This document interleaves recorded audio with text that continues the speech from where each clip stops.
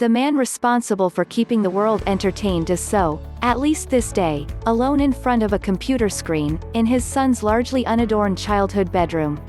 In some ways, it's the perfect setting for Reed Hastings, the unpretentious co-founder and co-CEO of Netflix, whose global army of innovators has revolutionized entertainment in the home.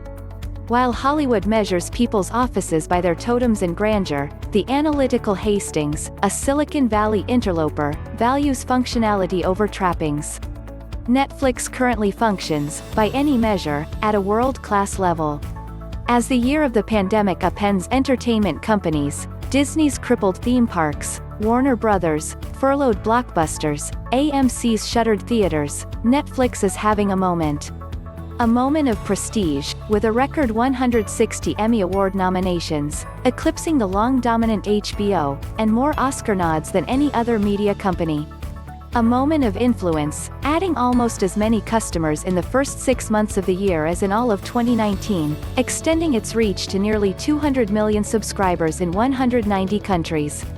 And a moment of profits, with sales up 25% year-over-year, earnings more than doubled and its stock up 50%, as most of the market gyrates wildly just to scratch back to even. Recent market cap, $213.3 billion. All these data points stem from data points, and a perfect synthesis of Hollywood and Silicon Valley, serving up content informed by a deep understanding of their users' tastes. We fundamentally want to be better at creating stories people want to talk about and watch than any of our competitors, Hastings tells Forbes. Those competitors have gotten the memo, spending billions to confront Netflix, whether via Disney's fast-growing Disney+, Warner Media's lurching HBO Max or NBC Universal's brand-new Peacock. Says Hastings with a shrug. What people forget is, it's always been intense competition. I mean, Amazon did streaming at the same time we did in 2007. So we've been competing with Amazon for 13 years. Fair enough. But for Amazon, streaming has almost surely been a loss leader that can generate Prime shopping memberships.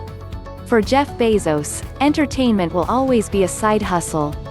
The Hollywood establishment, meanwhile, can leverage its content libraries and know-how all it wants, but what makes Netflix tick is something nearly impossible for companies built on ego and image to replicate: a culture of Vulcan-like dispassion and transparency, combined with perpetual, rapid reinvention. All this has come to a head amid the most disruptive moment for entertainment in at least a generation.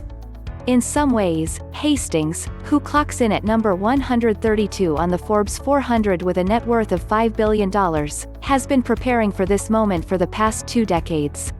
What the 59-year-old does right now, and how he leverages this culture, an unusual one even by tech industry standards, will determine what you will watch, laugh along with and cry over for the next 2 decades.